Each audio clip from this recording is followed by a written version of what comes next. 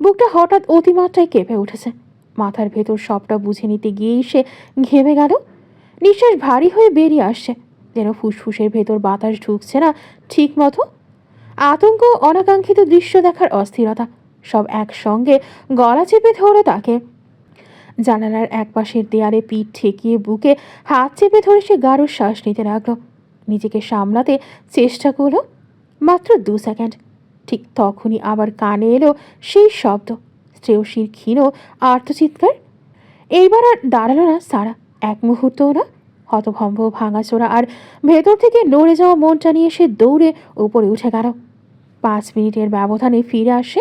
পোশাক বদলেছে তাড়াহুড়ায়, চুল এলোমেলো, পোড়া হাত, মুখে রক্তশূন্য শুকনো ভাব। এ বাড়িতে ঢোকার সময় যে সারা ছিল, পরিপাটি গোছানো, কাঁধে টোট ব্যাগ, চোখের শান্ত ভদ্রতা, সে আর নেই। ব্যাগটা এখনো কাঁধে ঝুলছে, শুধু মানুষটা ভেঙে গেছে। কোনো দিকে তাকালো না সে, আর না তো কোনো শব্দ করলো। ব্যাস নিজের মতো বেরিয়ে যায় শুধু। এতদিন সে ছুটেছে এক মরীচিকার পেছনে। যদি বোর্ডটা একটু আগেই আসতো, তাহলে আজ বুকের ভেতর অদৃশ্য এই ছুরিকাঘাত এত বাজেভাবে আঘাত আনত না। শ্রেয়সী লোকটার কাণ্ডে অবাক হচ্ছে। নামতে চাইলেও দেয় না, আবার ঠিক মতো যা চাইছে তা বেরও করতে পারছে না। হয়েছে আপনার? এতক্ষণ লাগে? ব্যথা পাচ্ছি আমি, আশ্চর্য। আর একসাথে এতগুলো জিনিস কে পকেটে রাখে? উমরান তাকে এক নজর দেখে আবার পকেট হাতড়াতে বলে, হাতে ফাইল ছিল অনেকগুলো। নূপুর দেখতে দেখতে বক্সটা পড়ে যায়, আর নেই, পকেটে ঢুকিয়ে নিয়েছিলাম। বের করতে পারলো। শ্রেয়সীর সামনে ধরে বলে, 3 জোড়া রূপা নূপুর, একটা পাতলা চেন দিয়ে তৈরি, একেবারে মিনিমাল দেখতে। চেইনের মধ্যে একটি লুপ আছে, যেটা থেকে ছোট ঝুলন্ত ড্রপ নিচের দিকে লটকেছে। শ্রেয়সী বুঝলো এটা মামুনির জন্য। আরেকটা ছোট সাইজের উর্ষির জন্য। সিলভার রঙের চিকন চেইন স্টাইলের নূপুর এটা। খুব ভারী না, হালকা আর আরামদায়ক মনে হচ্ছে। নূপুরের সাথে ছোট ছোট গোল বেল ঝুলছে, যেগুলো নড়াচড়া করে টুনটুন শব্দ করে। ডিজাইনটা একদম মিনিমাল কিন্তু কিউট, বাড়তি কারুকাজ নেই। উষসীর কোমল পায়ের ত্বকের সাথে দারুণ মানাবে। আর অপরটি দুইটি পাতলা চেন দিয়ে তৈরি। এক চেইনে ছোট ছোট গোল চকচকে রূপার বোলস আছে, অন্য চেইনটি গ্লসির ফিনিশ সহ অল্প ডিজাইন। পায়ে দিলে গোড়ালির ওপরে হালকা ঝুলে থাকবে। চেইনের লম্বা অংশটি হালকা ফাঁক রেখে ধরবে।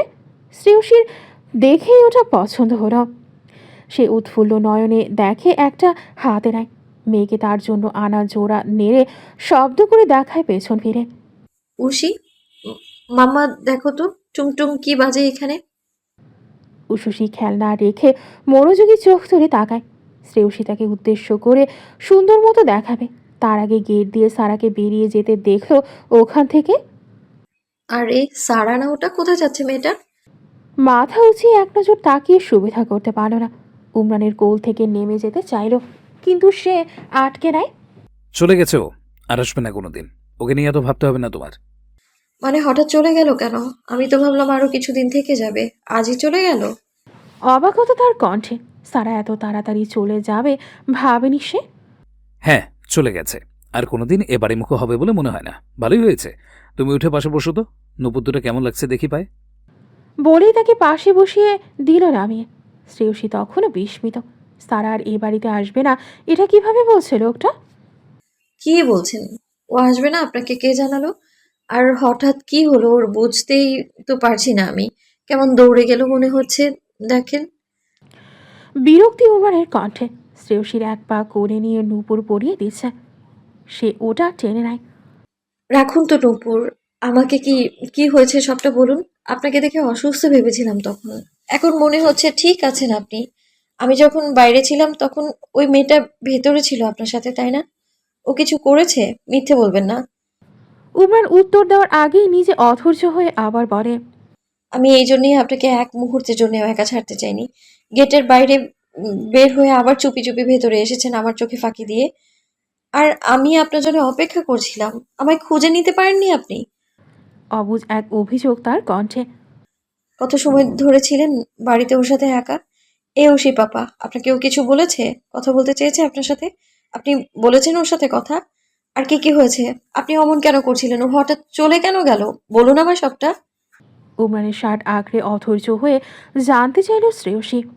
বলে হাসি মুখে তুলতুলে হাতের মুঠোয় নিয়ে নিল। উমরান হেসে তার মাথায় হাত বুলিয়ে দেয়।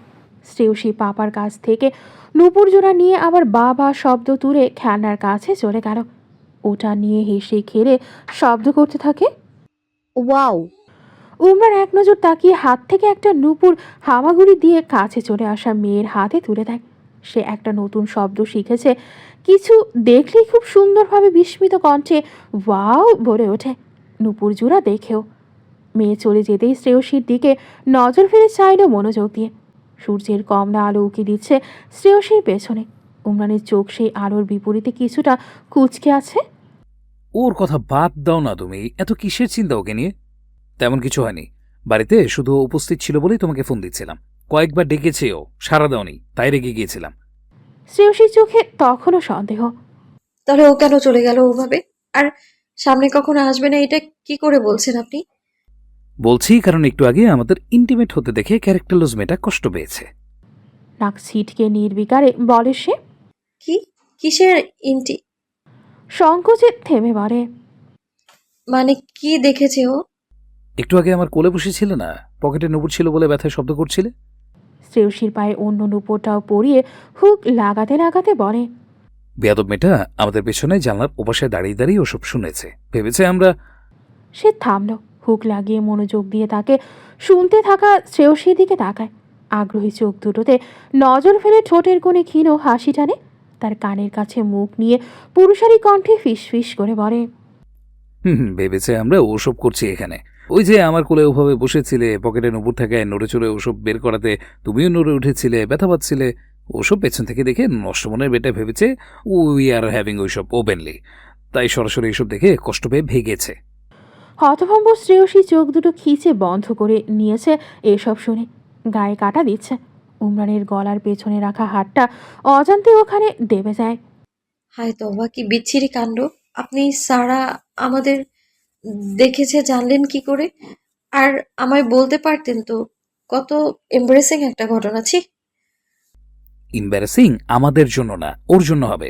আর তোমায় জানালে তো তুমি সংযত হয়ে যেতে। ঠোঁটে ইঙ্গিতপূর্ণ হাসি উমরানের। গভীর ওই চোখ দুটোর দিকে তাকাতেই কিছু বুঝে শ্রেয়সীর গালে লাল লালিমার লাজুক প্রলেপ পড়ল। লোকটা ওই সময় সারা তাদের দেখছে বুঝে ইচ্ছে করে আরো স্পষ্ট ইঙ্গিত দিয়েছে। আরও নড়ে চড়ে উঠে তার উরুতে হঠাৎ চেপে ধরে ব্যথা দিয়েছিল। নামতে চাইলে নামতে দিচ্ছিল না কোমর চেপে। সবের কারণেই এই রহস্যময় গভীর চোখ দুটোই তার সাক্ষী। সে লাজে ঠিকঠাক উমরানের দিকে তাকাতেও পারে না। নজর লুকিয়ে জানতে চায়।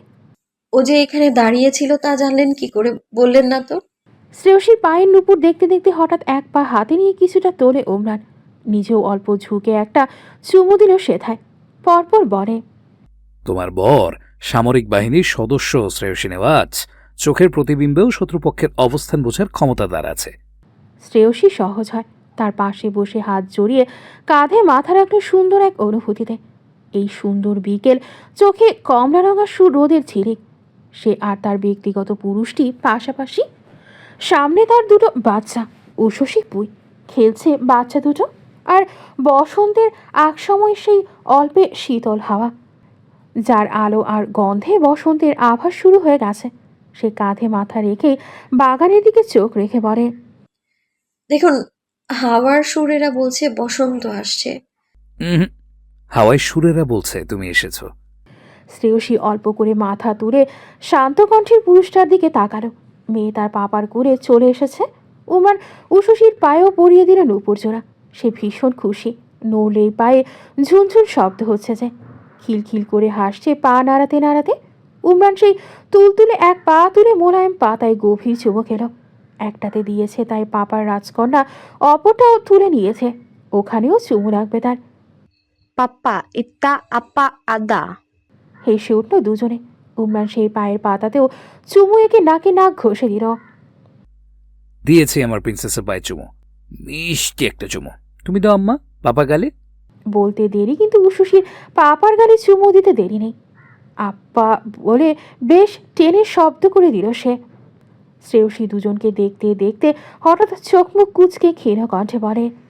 আমার বর, আমার মেয়ে সব আমার, তাও অন্যরা নজর দেয়।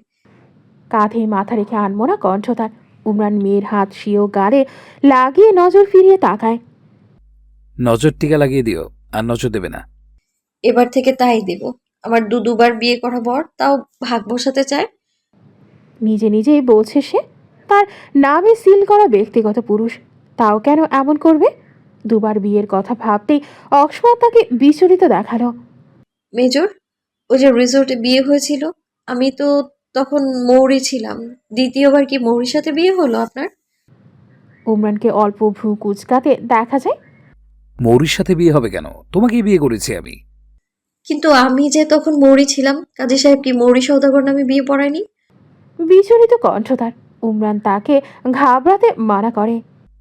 রিল্যাক্স, যা ভয় পাচ্ছ তেমন কিছুই হয়নি। কাজী সাহেব শ্রেয়সী নেওয়াজ নামেই বিয়ে পড়িয়েছে, আর তুমি রেজিস্ট্রি পেপারে সাইন করনি, থাম্বপ্রিন্ট দিয়েছিলে, মনে করে দেখো।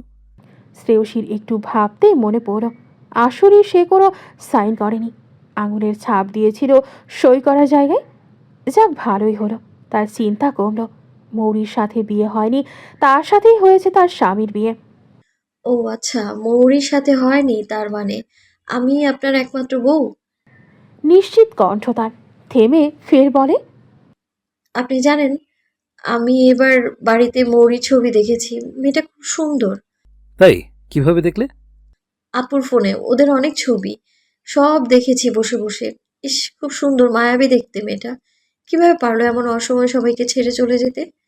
আফসোসে ভরা উদাস কণ্ঠ তার। উষসী তখন মায়ের কাছে এসে তার পায়ের নুপুর জোড়া দেখছে খুঁটিয়ে খুঁটিয়ে, আর মুখে অভ্যাসবশত ওয়াও ওয়াও শব্দ করছে।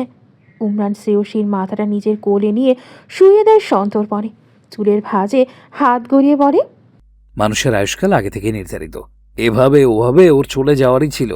এখন এটা নিয়ে মন খারাপ করে থাকলে তোমায় কিন্তু আমি মর দেব। আয়ুষ্কাল নির্ধারিত জানি তো, কিন্তু ও তো নিজে নিজে চলে গেল। আমার না ওর সেই প্রেমিককে দেখার খুব ইচ্ছা। যে ছেলেটা এখন কি করছে, সে কেমন অবস্থায় আছে, যদি দেখতে পারতাম। আর ছেলেটার জন্য মৌরি এভাবে সবাইকে ছেড়ে চলে গেল। সে এখন না জানি কোন মেয়ের সাথে আবার মন বেঁধেছে। আমার তো এই কথা ভাবলেই মৌরির জন্য কষ্ট লাগে। ওর সাথে যদি কোনোভাবে আমার আগে থেকেই পরিচিত থাকতো, তাহলে কতই না ভালো হতো। আমার তো মাঝে মাঝে মনে হয় মৌরি বুঝি ওর পরিচয়ে আমি ওর জায়গা নিয়েছি সাবধানে, মানে সব জায়গায়। আম, এটা দেখে মন খারাপ হয় আমার। আমার তো মাঝে মাঝে মনে হয় মৌরি বুঝি ওর পরিচয় আমি ওর জায়গা নিয়েছি সবখানে। এটা দেখে ওর মন খারাপ করে আমার উপর। আবার এলোমেলো চিন্তা তোমার। বিরক্তি নিয়ে কথাটা বলতে বলতে উমরান ফোন করে তাতে কিছু একটা এনে শ্রেয়সীর সম্মুখে ধরে।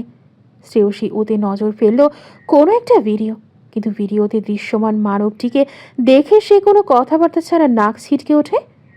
ছ্যা, আপনি এই ছেলেটার ভিডিও দেখেন? ছেলেটা একটা নাস্তিক, কোনো ধর্ম মানে না। কি বলে মানব ধর্ম আর প্রেম ধর্ম সবার ঊর্ধ্বে, এমনকি সৃষ্টিকর্তা, ও পুরাই নাস্তিক। ছি, আস্তাগফিরুল্লাহ। তুমি জানো এর নাস্তিকে পরিণত হওয়ার কারণ? জানি তো, একবার একটা ইন্টারভিউতে বলেছিল প্রেমে ছ্যাঁকা খেয়েছে, ওর প্রেমিকা নাকি বিধর্মী ছিল। পরে এটা নিয়ে কোনো ঝামেলা হয়, সুইচ করেছে মেয়েটা। সেই থেকে মানসিক সমস্যা দেখা দেয় এই ছেলের মধ্যে। সাইকোটা হয়ে গিয়েছিল নাকি, মেন্টাল হসপিটালেও নাকি ছিল অনেকদিন। পরে ভালো হলে তখন থেকেই নাস্তিক হয়ে যায়। হুম, অনেক কিছুই তো জানো দেখছি। ওর নাম হচ্ছে তুষার কায়ান। শ্রেয়সী ভিডিওটা আনমনে দেখতে দেখতে হঠাৎ কি বুঝে থমকে যায়। চোখে বিস্ময় নিয়ে উমরানের দিকে তাকায়। উমরান চোখে সম্মতি জানানো সে নিশ্চিত হয়। এই ছেলেটাই তার মানে মৌরির সেই প্রেমিক। কি আশ্চর্য, সে জানতই না। এই ছেলের ঘটনাও জানে, মৌরির ঘটনাও, অথচ কখনো এরাই একে অপরের প্রেমিক প্রেমিকা হতে পারে এ কথা মাথায় আসেনি। সামাজিক যোগাযোগ মাধ্যমে সমসাময়িক তরুণ আর জনপ্রিয় সোশ্যাল ইনফ্লুয়েন্সারদের মধ্যে একজন তুষার কায়ান। চেনে না এমন মানুষ কম। পেটানো শরীরে চোখ বা ধাঁধানো এক পুরুষ, বিশেষ করে বিদেশি গড়ন হওয়ায় দর্শনের মধ্যে থাকলেও আলাদা করা যায়। প্রথম প্রথম জনপ্রিয়তা পাওয়ার সময়ে তরুণী মেয়েদের হার্টথ্রোব ছিল। ফিড জুড়ে এই বিদেশি দেখতে দেশি ছেলের চর্চা, কিন্তু দুদিন যেতেই জানা গেল এই ছেলে নাস্তিক। তাও আবার সে বিধর্মী হওয়ার প্রেমিকা নাকি সুইসাইড করেছিল। এর কারণে এখন সে ধর্ম বিমুখ, কোনো সৃষ্টিকর্তার আরাধনা সে মানে না। তারপর কিছুদিন এই চর্চাই চলল। একদল এটাকে জাস্টিফাই করে তার দিকটার সঠিকতা প্রমাণের চেষ্টা করেছে, আবার কেউ কেউ সরাসরি তিরস্কার আর বুলি করেছে। অনেকদিন ছিল এই পক্ষে বিপক্ষে নানান চর্চা, কিন্তু তুষার এ নিয়ে একবার একটা ইন্টারভিউতেই মুখ খুলেছিল শুধু। এরপর এসব চর্চায় আগে পরে আর কোনো কথা সে বলেনি। নিজের মতো দেশ বিদেশের সমসাময়িক নানান ঘটনা কিংবা নতুন পুরনো নানান বিষয় বিশ্লেষণ করে সেসবের নিষ্পত্তি ইতিবাচক নেতিবাচক দিকসহ নানান কিছু তুলে ধরে ভিডিওতে। আর তার দেশের মানুষ অবধি সীমাবদ্ধ না, তার জনপ্রিয়তার পরিধি আন্তর্জাতিক পর্যায়ে পৌঁছেছে। তুষার দেশে থাকে না, সুইজারল্যান্ডের মাটিতে আছে সুস্থ হওয়ার পর থেকে। বিস্মিত শ্রেয়সী অনেকক্ষণ কোনো কথা বলল না। মাথার ভেতর নিজেই নানান চিন্তা করছিল মাথাটা তার স্বামীর করে, আর বুকের ওপর উশুসি এক হাতে আনমনে মেয়ের পিঠে বিচরণ করছে। সে ওভাবেই বলে, ছেলেটা তার মানে মৌরিকে আসলেও ভালোবাসতো? এখনো সন্দেহ? আহ, কিন্তু ও কি আসলেই মৌরি যে মুসলিম এই কথা জানতো না? জানতো। আনমনে প্রশ্নটা করলেও উমায়ের তৎক্ষণাৎ জবাবে সে ফের চমকিত নয়নে তাকায়। জানতো মানে? মানে তুষার জানতো মৌরির বিষয়ে, জেনে শুনে ওকে ভালোবেসেছে আর মৌরির কাছে লুকিয়ে গেছে। সে জানলে তুষারের সাথে সম্পর্কে জড়াতই না। মৌরি ওকে একবার ভালোবেসে ফেললে নিজে একসময় ওর মায়াতে আটকে পড়বে, আর ছেড়ে যেতে পারবে না। এ ভাবনাতে ওকে না জানিয়ে আগে ভালোবাসায় জড়িয়ে নিয়েছে। ও প্রথম প্রথম ভেবেছিল দুজন দুই ধর্ম থেকেই বিয়ে করা যাবে, কিন্তু আস্তে আস্তে এটা সম্ভব না জেনে নিজেই ধর্মান্তর হওয়ার সিদ্ধান্তে আসে। পরিবারের সাথে এ নিয়ে দীর্ঘদিন ধরে ঝামেলা চলছিল ওর। এসবের মাঝেই মৌরি এই সত্য জেনে গেছে। তুষারের কাছে সে কোন ধর্মের জানতে চাইলে তুষার সরাসরি মিথ্যা বলতে পারেনি, স্বীকার করে নেয় যে ও খ্রিস্টান। থেমে দীর্ঘশ্বাস টেনে ফের বলে, এসব নিয়ে এমনিতেও পরিবারের নানান ঝামেলায় ছিল। মৌরির সাথেও কোনো কারণে সাময়িক দূরত্ব তৈরি হয়। শারীরিক মানসিকভাবে বিধ্বস্ত ছিল তুষার, তাই ও এসব আগে থেকে জেনেও মৌরিকে ইচ্ছাকৃত জানেনি। বুঝে ভুল বুঝতে পারে তাদের নিজেদের মধ্যে নতুন কোনো ঝামেলা হতে পারে। এই ভাবনায় ও জানতে চাইলে তখন এসব না জানার ভান করে, কিন্তু মৌরি সইতে না পেরে এমন কোনো পদক্ষেপ নিয়ে নিবে ভাবতে পারেনি। তাছাড়া মৌরির প্রেগন্যান্সির ব্যাপারে ও মারা যাওয়ার পরেই জানতে পেরেছে তুষার। সব মিলিয়ে এত কিছু মেনে নিতে না পেরে মানসিক সমস্যা দেখা দেয়। মৌরি আর ওর অনাগত সন্তানের জন্য পাগলামি করতে থাকে দিনের পর দিন। একসময় চিকিৎসা করিয়ে সুস্থ হয়, কিন্তু এরপর নিজের জীবনের নিয়ম নিজে বেছে নিল। এখনো ওভাবেই আছে, কোনো মেয়েকে ভালোবাসেনি আর। অহেতুক চিন্তা করছিলে। থামল উমরান। হাত তার শ্রেয়সীর চুলের ভাঁজে, আর মেয়ে তার নিজের মাথার ক্লিপ খুলে মেয়ে পাপার মাথায় আটকে দেওয়ার প্রচেষ্টায়।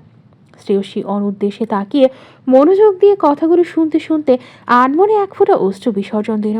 ঝোঁক গেড়ে বলে, আপনি এসব কিভাবে জানলেন? তোমার খবর নিতে গিয়ে মৌরির সম্পর্কে জেনেছিলাম, তখন তুষারের বিয়েটাও জানতে পারি। ওর মুখেই শুনেছি এসব। শ্রেয়সী ফের ঝোঁক গেড়ে নাক টেনে স্বামীর দিকে তাকায়। স্বয়ং তুষারের সাথেই কথা বলে এসব জেনেছে তার মানে। সে আর কোনো প্রশ্ন করল না। এদের কথাগুলো ভাবলে কেন জানি বিষাদ বিষাদ লাগে। প্রেম সবার জন্য আসে না, মৌরিদের জন্য যেটা এসেছে ওটা নিষিদ্ধ ছিল। সেই নিষিদ্ধ প্রেম গ্রহণ করায় তার শাস্তি পেয়েছে। কিন্তু তাও শ্রেয়সীর খালি মনে হয় মৌরির সাথে এমনটা না হলেও পারত। মেয়েটার জীবন আরেকটু সহজ হলেও পারত। অর্ণব ভাইয়া, হ্যাঁ বল, শুনছি আমি।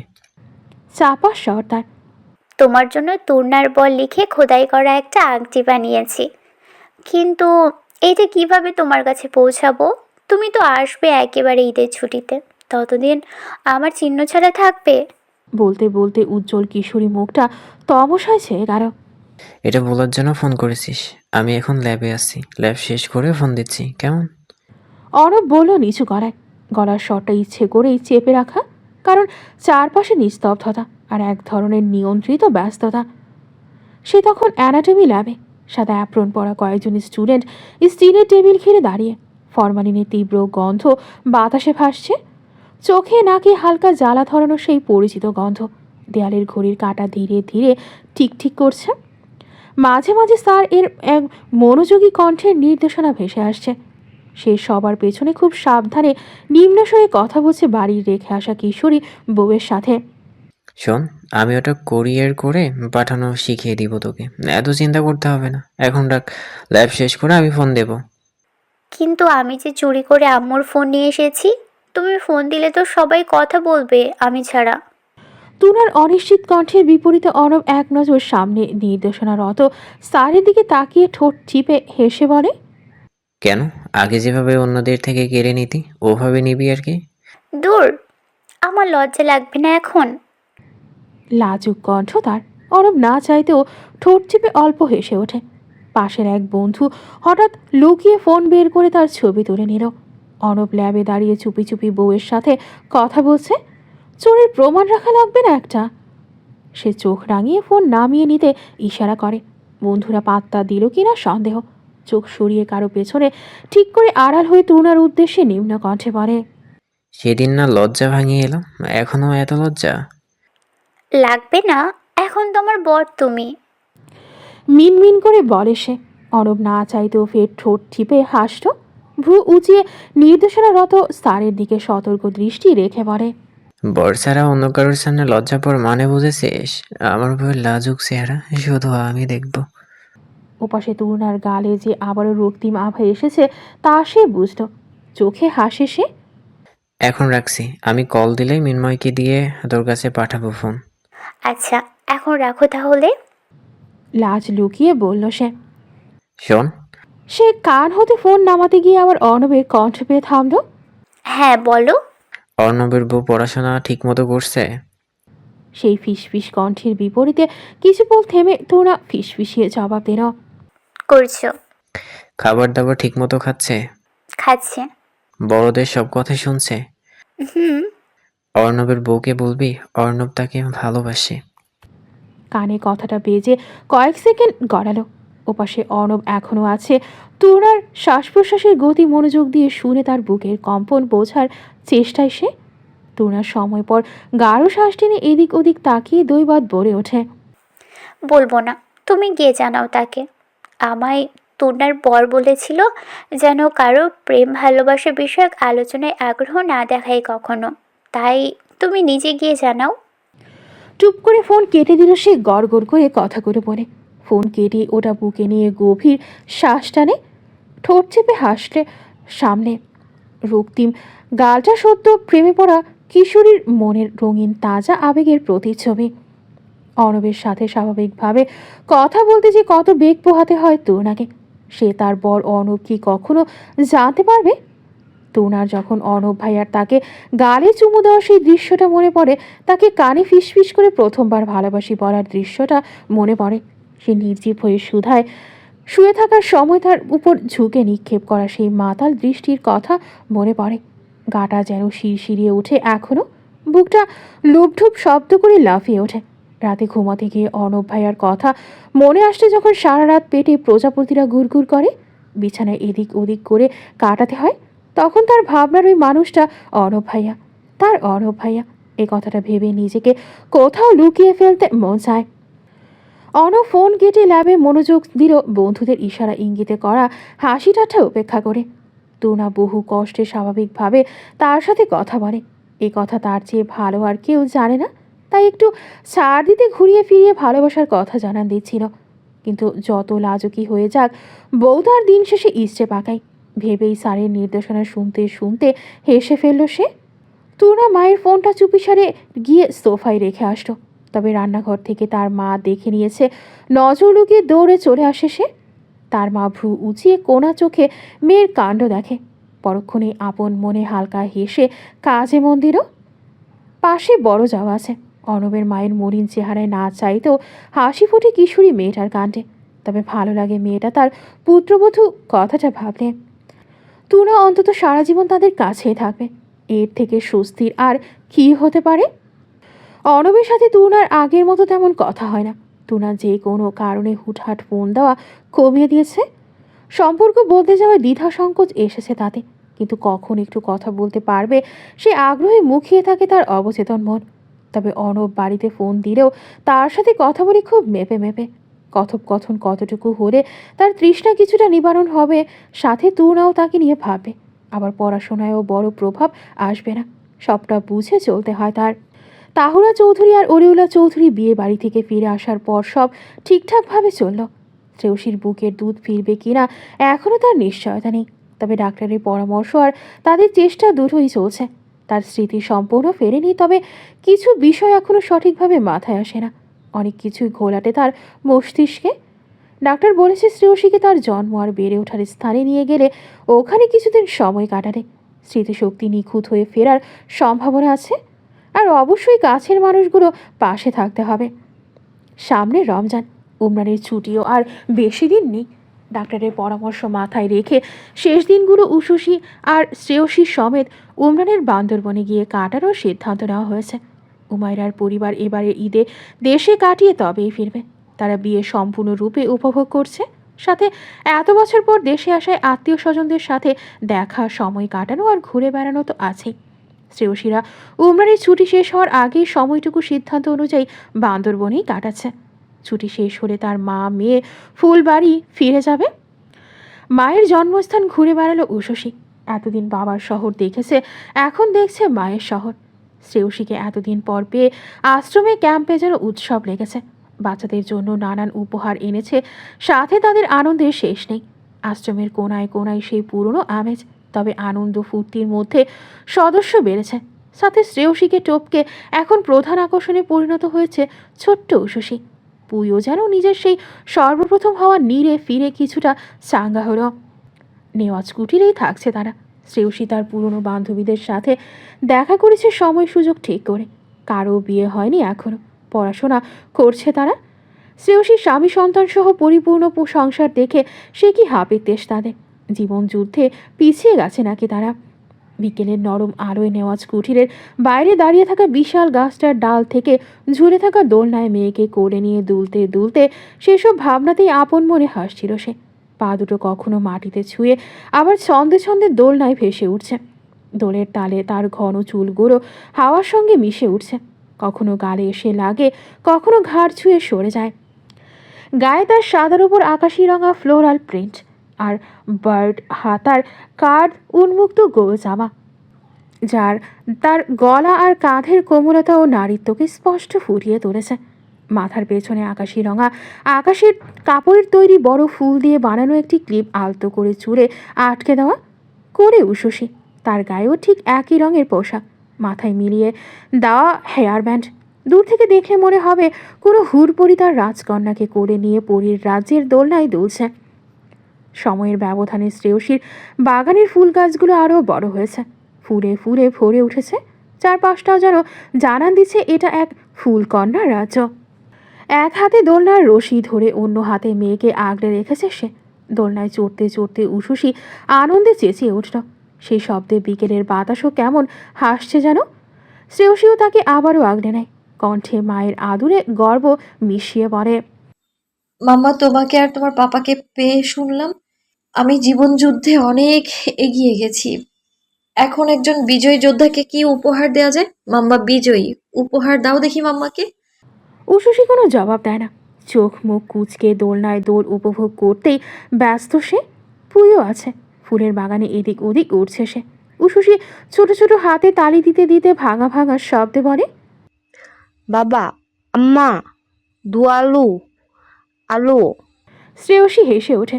দোলের ছন্দে মেয়ের নিশ্ছিদ্র আনন্দের মাঝে আবার ও প্রশ্ন ছুড়ে দিল, বলো বলো, কি উপহার দেবে মাম্মাকে? মাম্মাকে কি উপহার দিবে উষসী? মাম্মার উপহার তো সে নিজেই। পুরুষালী কণ্ঠস্বরটা হাওয়ার সঙ্গে মিশে কানে আসতেই শ্রেয়সী দোলনার ছন্দে ছন্দে হাসি মুখে পেছন ফিরে তাকালো। চোখে পড়ে পরিচিত সেই মুখ, তাদের নিরাপত্তার ভালোবাসার নির্ভর ঠিকানা। তাকানোর মুহূর্তেই উমরান তার কানের ফাঁকে আলতো করে গুজে দিল একটা জারবেরা ফুল। পাপাকে দেখেই উষসীর আনন্দ যেন বাঁধ ভাঙে। ছোট্ট শরীরটা দোলনার সঙ্গে আরও উচ্ছ্বসিত হয়ে উঠল। সে মায়ের দিকে তাকিয়ে স্বভাব সিদ্ধ ভাঙা ভাঙা শব্দে বলে, ওয়াও, ওয়ালো, আলু, আপা, দাউ, আদু। সে দোল দিতে বলছে। ইদানিং কিছু কিছু বলা শিখেছে বেশ।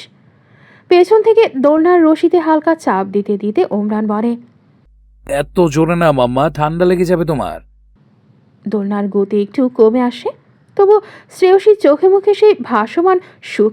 সে মৃদু গলায় বলে, মেজর, খুব ভালো লাগছিল, যেন আমরা হাওয়ার উপর ভাসছি। আরো দিন না। উমরান নরম স্বরে জবাব দেয়, এটুকুই এনাফ শ্রেয়সী, ভালোই লাগবে দেখো। না না, আরো দিন।